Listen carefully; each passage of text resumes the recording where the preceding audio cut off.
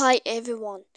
Today we will talk about how to fix picture quality. To know how to fix or how to solve WhatsApp picture quality, you should just go to settings like this. We will click. After that, in this page you will go to apps, default apps, app settings.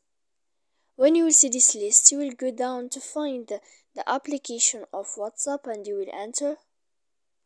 After that, in this page you will go to force stop. When you will end this, you will enter to storage, and when you will see this page you will click clear cache. After that, you will go to clear data, and after all that you can update your application. So please don't forget to support us by like and subscribe. See you next time in another video.